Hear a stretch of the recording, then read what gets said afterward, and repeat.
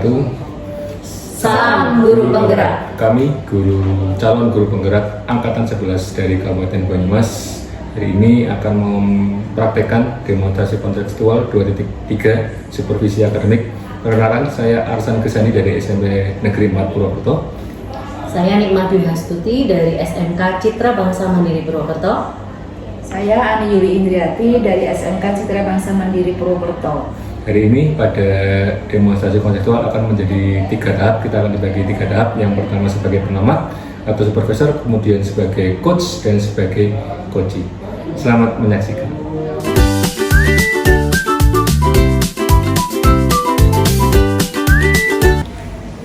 Assalamualaikum warahmatullahi wabarakatuh, Bu Nikmat. Waalaikumsalam warahmatullahi wabarakatuh. Apa kabarnya hari ini? Alhamdulillah baik, Bu Ani, sehat. Bu Ani apa kabar? Alhamdulillah, saya juga sehat, Bu Nikmat. Mudah-mudahan kita semuanya selalu dalam keadaan sehat. Amin. Baik, Bu Nikmat, sebelum kita mulai proses coaching, saya nanti berperan sebagai supervisor atau pengamat yang akan melihat coaching Bu Nikmat dengan coachnya nanti.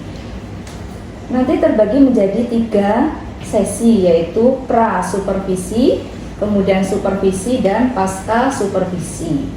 Namun sebelum memulai percakapan, ada beberapa hal yang ingin saya sampaikan terkait rubrik penilaian dalam observasi saya. Dalam proses percakapan nanti Bu Nikmat tentunya sudah memiliki prinsip dari seorang coach ya Bu, yaitu kemitraan, kemudian proses kreatif, dan juga memaksimalkan potensi. Kemudian selain dari prinsip dari seorang coach, nanti Bu Nikmat tentunya juga sudah paham apa itu kompetensi inti dari coaching, yaitu kehadiran penuh, kemudian mendengarkan aktif, mengajukan pertanyaan yang berbobot, dan mendengarkan dengan rasa. Dalam proses percakapan jangan lupa juga menggunakan alur tirta ya Bu. Jadi nanti harus sesuai dengan tujuan, identifikasi masalah, kemudian rencana aksi, dan tanggung jawab. Baik Bu Nikmat, selanjutnya sebelum nanti dimulai untuk proses coaching, ada beberapa pertanyaan yang akan saya ajukan kepada Bu Nikmat. Yang pertama, kira-kira kompetensi coaching apa yang ingin Bu Nikmat kembangkan? Untuk coaching saat ini saya ingin mengembangkan kompetensi menjadi pendengar yang aktif Bu Ani. Kemudian yang kedua, saya ingin mengajukan pertanyaan-pertanyaan yang berbobot sehingga nanti coach saya mampu memberikan solusinya sendiri secara baik sesuai dengan harapannya. Baik Bu Nikmat, jadi kompetensi yang ingin dikembangkan adalah menjadi pendengar yang aktif ya Bu. Iya. Kemudian juga mengajukan pertanyaan yang berbobot. Begitu Bu Nikmat? Iya. Baik. Kemudian selanjutnya, bagian kompetensi spesifik mana yang ingin diobservasi? Mendengarkan secara aktif. Mendengarkan secara aktif. Baik Bu. Kemudian indikator ketercapaian dan tujuan pengembangan apa yang diinginkan? Saya menginginkan coach saya mampu menghadirkan solusinya secara mandiri dan baik sesuai harapannya. Baik Bu Nikmat. Mudah-mudahan nanti tercapai segala keinginan dan indikatornya ya Bu. Ya. Dan saya berharap pada proses percakapan nanti bisa berjalan dengan baik dan lancar sesuai dengan indikator, kemudian tujuan. Baik Bu Nikmat, silahkan bisa dimulai untuk proses coachingnya. Ya, terima kasih Bu Ani. Sama-sama.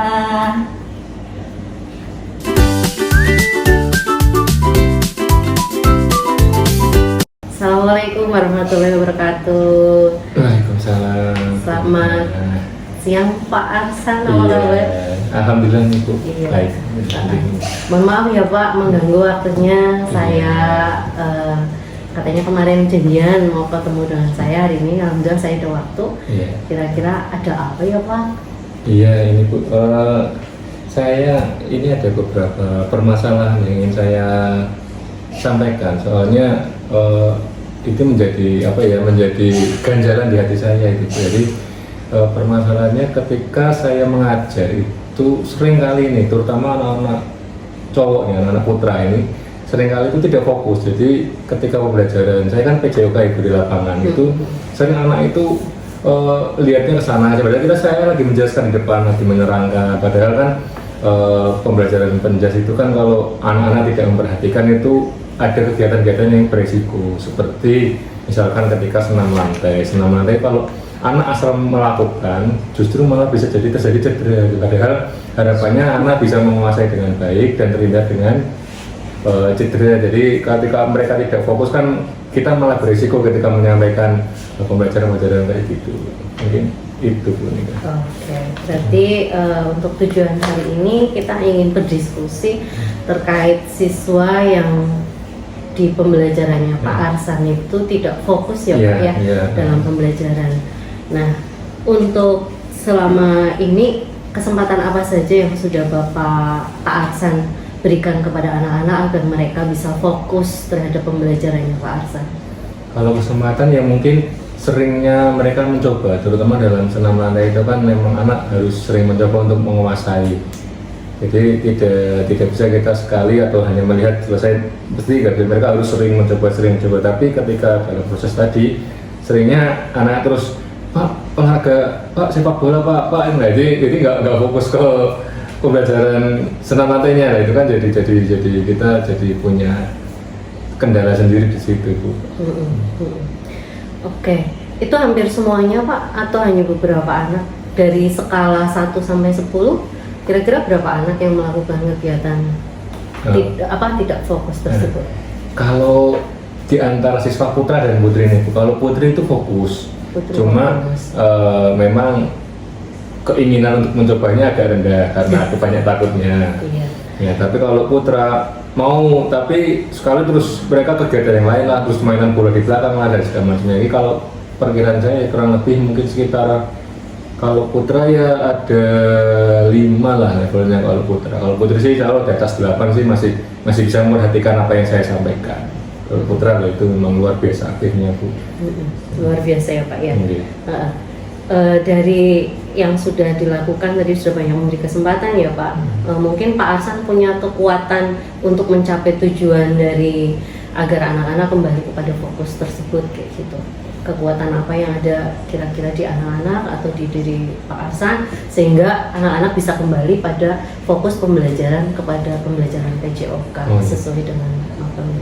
Kalau biasanya sih kalau ketika saya memberikan pembelajaran itu saya sampaikan kegunaannya sehari-hari Bu. Jadi anak-anak tahu kenapa sih kok belajar ini, kenapa harus kayak gini lah. Biasanya kalau di senam lantai itu saya sampaikan kadang ini juga ada namanya roll depan dan roll belakang. Itu biasanya dinamakan gerak penyelamatan. Kenapa?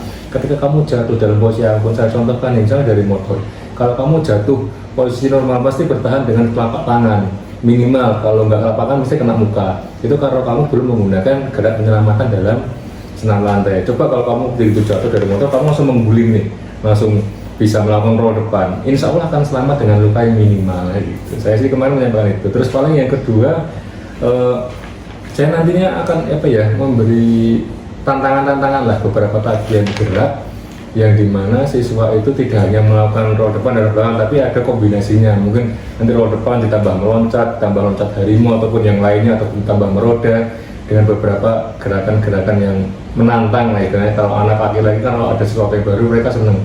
Ada sesuatu yang mungkin kalau selama ini hanya roll depan aja mungkin udah bisa, udah bosen kayak gitu. Tapi kalau kita coba ini kita tambah dengan beberapa gerakan, nanti kayaknya bisa akan meningkatkan fokusnya anak-anak kayak seperti itu. Iya. Luar biasa ya Pak ya. Ini sudah solusi sebenarnya ya. Jadi tadi yang disampaikan oleh Pak Arsan bahwa nanti Pak Arsan akan menambah sudah menyampaikan kepada anak-anak bahwa pembelajaran ini tuh ada kegunaannya dalam kehidupan sehari-hari. Yang berikutnya adalah memberikan tantangan-tantangan kombinasi sehingga anak-anak lebih terpacu lagi untuk pembelajaran penjas orkes. Iya. Nah, untuk langkah selanjutnya nih Pak Arsan, rencana aksi apa yang ingin Pak Arsan lakukan kepada anak-anak? Jadi kalau rencana aksi berarti nantinya yang pertama kan kita berarti kalau pembelajaran itu mesti kan membuat rancangan RPP lah kalau kita. Kalau sekarang mungkin modul ajar di sana Jadi nanti akan kita berusaha memasukkan beberapa kegiatan tadi yang menantang bagi anak-anak supaya anak-anak bisa beraktivitas fokus dalam pembelajaran yang ingin saya sampaikan. Kemudian berarti nanti bisa kita bikin semacam kelompok-kelompok juga, kelompok mungkin bisa juga dibuatkan kelompok ahli, jadi anak-anak yang sudah terampil tadi selain diberikan tantangan yang lebih juga bisa membimbing teman-temannya yang takut ataupun yang nggak berani, nanti diberikan contoh atau diberi bantuan pegangan tangan dan lain-lain. Mungkin itu rencananya besok akan saya lakukan seperti itu. Iya, ya. Sudah sangat luar biasa, spesifik sekali loh Pak Arsan. Nanti akan memasukkan ke RPP pembelajaran atau modul pembelajaran ya kegiatan-kegiatan yang menantang untuk difokus pada fokus pembelajaran. Kemudian Pak Arsan juga akan membuat kelompok ahli ya, yang mana nanti akan jadi mentor untuk teman-temannya. Iya, oke. Strategi itu dan termasuk strategi ya Pak ya. Iya.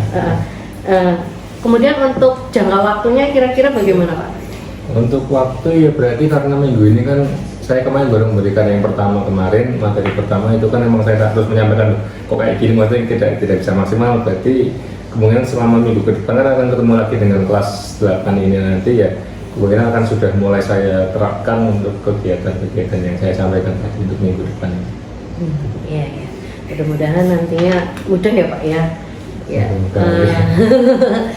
Kemudian Pak Arsan, apa komitmen dari yang Pak Arsan akan lakukan terhadap rencananya Pak Arsan tadi terkait RPP, kemudian pembuatan kelompok dan sebagainya?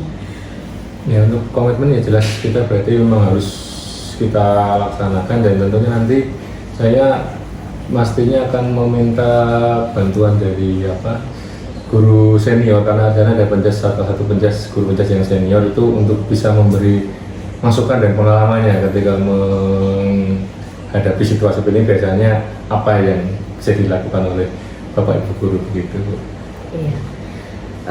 Berarti siapa dan apa yang dapat membantu Pak Arsan dalam menjaga komitmen itu kira-kira sama Pak? Kalau untuk membantu ya jelas dukungan tuh yang pertama sarpras itu penjas itu penting karena tanpa sarpras maksimal kita hanya bisa aktivitas fisik tanpa menggunakan alat, tapi dengan tagihan alat semacam terutama di senam lantai itu pasti harus menggunakan matras. Nggak mungkin kita suruh guling-guling di keramik atau di lantai kan malah justru lebih berbahaya lagi kan gitu. Jadi dukungan sarpras itu yang utama, yang tadi dukungan dari guru senior, terus yang berikutnya mungkin dalam proses nanti ketika di supervisi dengan kepala sekolah nanti juga butuh masukan dari beliau bagaimana baiknya untuk pembelajaran yang saya lakukan. Iya, oke. Berarti sebenarnya luar biasa sekali sudah ya Pak perencanaannya dari Pak Arsan. Mudah-mudahan nanti apa yang Pak Arsan rencanakan tadi dari diskusi ini bisa terrealisasi, yang mana tadi komitmennya Pak Arsan akan minta bantuan dari guru, kemudian untuk membantu dukungan dari sarpras, ya. Kemudian bagaimana dengan tindak lanjut yang nantinya akan dilakukan setelah coaching ini Pak, biar semuanya bisa maksimal. Kira-kira tindak lanjut apa yang akan Pak Arsan lakukan? Tindak lanjut ya terus langsung berarti kan kita langsung bekerja, langsung mulai membuka lagi tahapan-tahapan di FPP atau modul ajar kita sesuaikan lagi, kita bikin perencanaan yang sebaik mungkin melihat dari kemarin hasil pertemuan pertama yang mungkin bagi saya kurang, yang masih agak kurang karena banyak yang tidak fokus. Setelah ini mungkin bisa langsung diaplikasikan, eksekusikan langsung. Luar biasa sekali. Berarti diskusi kali ini kita sudah ketemu solusinya ya Pak ya. Nanti Pak Arsan akan membagi kelompok dalam diskusi, mengaplikasikannya dalam RPP dulu ya, kemudian kombinasi pembelajaran untuk mengembalikan fokus, kemudian tadi apalagi ya pembelajaran yang menantang ya Pak ya. Kemudian untuk komitmen agar bisa terus berjalan akan bekerja sama dengan guru, senior dan pihak sekolah seperti Sapres dan kepala sekolah. Mudah-mudahan apa yang direncanakan oleh Pak Arsan nanti semuanya terrealisasi, sukses dan lancar ya. Terima kasih Pak Arsan ya untuk ini. Mudah-mudahan semuanya nanti bisa sesuai harapannya. Amin. Pak Arsan. Terima kasih. Ya. Assalamualaikum warahmatullahi wabarakatuh. Waalaikumsalam warahmatullahi wabarakatuh.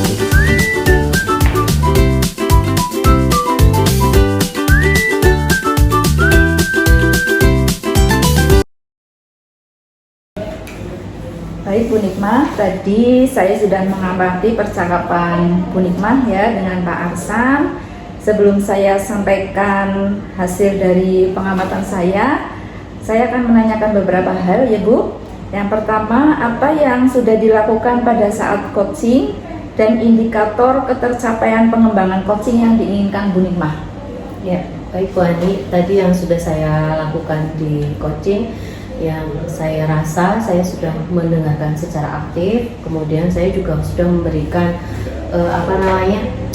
pertanyaan-pertanyaan yang berbobot Bu Ani. Seperti itu ya. Jadi tadi sudah mendengarkan secara aktif dan juga memberikan pertanyaan yang berbobot ya Bu ya. Baik Bu Nikmah, untuk hasil pengamatan saya itu sudah sesuai dengan catatan dari saya ya Bu Nikmah. Jadi memang Bu Nikmah tadi sudah menggunakan prinsip kemitraan juga ya. Jadi terbukti ketika ngobrol itu sudah merasa setara ya, tidak ada perbedaan dengan tidak menggurui ya. Jadi setara, tidak ada perbedaan strata. Kemudian juga sudah melalui proses kreatif juga, di mana Bu Nikmah itu sudah berusaha menggali dari coach untuk menemukan berbagai solusi terkait masalah yang sedang dihadapi, dan Bu Nikmah juga sudah menggunakan pertanyaan yang berbobot ya agar bisa memaksimalkan potensi dari coach. Kemudian Bu Nikmah juga sudah melakukan coaching dengan alur tirta, sudah runtut yang dimulai dari tujuan, kemudian identifikasi masalah, rencana aksi, dan juga tanggung jawab. Alhamdulillah berarti Bu Nikmah sudah melaksanakan coaching dengan sangat baik, luar biasa ya Bu Nikmah. Untuk selanjutnya, kompetensi apa lagi yang kira-kira ingin dikembangkan berdasarkan coaching tadi Bu? Ya. Baik Bu Ani, kompetensi yang ingin saya kembangkan, mungkin saya ingin memberikan dengan rasa ya Bu, mendengarkan dengan rasa agar nantinya memberikan pelayanan coaching yang lebih baik lagi kepada coach saya, seperti itu. Ya, baik, yang ingin dikembangkan adalah mendengarkan dengan rasa ya Bu ya. Iya. Ya, saya berharap semoga proses ini menjadi bekal kepada Bu Nikmah ya, agar nantinya bisa sesuai dengan harapan yang diinginkan, terutama dalam pelaksanaan tetap berpegang pada alur tirta. Dan terima kasih Bu Nikmah, sebuah proses yang sangat luar biasa, tentunya semoga bisa bermanfaat ke depannya ya, bagi kita semuanya. Iya Bu Ani. Terima kasih sekali lagi Bu Nikmah atas Sama-sama. waktunya. Assalamualaikum warahmatullahi wabarakatuh. Waalaikumsalam warahmatullahi wabarakatuh.